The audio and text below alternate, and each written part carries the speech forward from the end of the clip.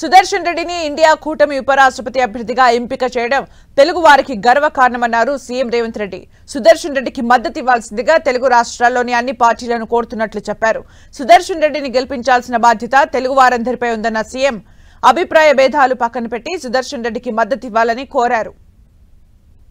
రాజ్యాంగ నిపుణుడిగా పేరుగాంచిన జస్టిస్ సుదర్శన్ రెడ్డిని ఈరోజు అభ్యర్థిగా ప్రకటించడం మనందరికీ గర్వకారణము. ఈరోజు వారిని గెలిపించవలసిన బాధ్యత ప్రతి తెలుగువాడి మీద ఉన్నది.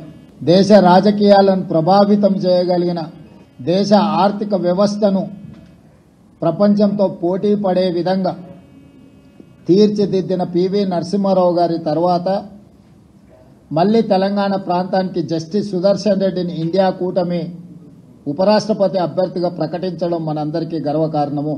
Telugu Desam party, YSR party, BRS party, MIM party, అదేవిధంగా ఉభయ రాష్ట్రాలలో ఉన్న బీజేపీ రాజ్యసభ, లోక్సభ మెంబర్స్ కూడా విజ్ఞప్తి చేస్తున్నా, తెలుగువాడికి దక్కిన గౌరవం జస్టిస్ సుదర్శన్ రెడ్డి ఉపరాష్ట్రపతి అభ్యర్థిగా ప్రకటించడం.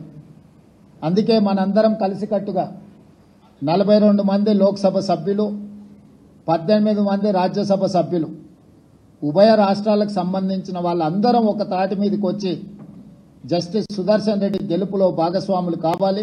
చంద్రబాబు నాయుడు గారిని, చంద్రశేఖరరావు గారిని, వైఎస్ జగన్మోహన్ రెడ్డి గారిని, జనసేన అధ్యక్షుడు పవన్ కళ్యాణ్ గారిని, ఎంఐఎం పార్టీ అధ్యక్షుడు అసదుద్దీన్ ఓవైసీ గారిని, అదేవిధంగా ఉభయ కమ్యూనిస్టు పార్టీలు ఈ రాష్ట్రాల నుంచి ప్రాతినిధ్యం లేకపోయినా ఇతర రాష్ట్రాలలో కమ్యూనిస్టు ప్రాతినిధ్యం ఉన్నది కాబట్టి ఆయా పార్టీలను కూడా తెలుగు వాళ్ళుగా మన వాళ్ళు సంప్రదించి మద్దతు కూడగట్టి జస్టిస్ సుదర్శన్ రెడ్డి గారి గెలుపు కోసం పని చేయాలి. జస్టిస్ సుదర్శన్ రెడ్డి గారి గెలవడము ఇప్పుడు అవసరం. రాజకీయ విజ్ఞతను ప్రదర్శించి ఒక తెలుగువాడు ఉపరాష్ట్రపతి అయ్యే అవకాశం వచ్చింది. ఈనాడు వారు ఉపరాష్ట్రపతిగా నెగ్గితే భవిష్యత్తులో వారు రాష్ట్రపతి అవ్వడానికి కూడా అవకాశం ఉంటుంది. మళ్ళీ నీలం సంజీవరెడ్డి తర్వాత పివి నరసింహారావు గారి తర్వాత తెలుగు రాష్ట్రాల నుంచి ఒక గొప్ప అవకాశం మన అందరికీ గౌరవం దక్కే అవకాశం ఉంది.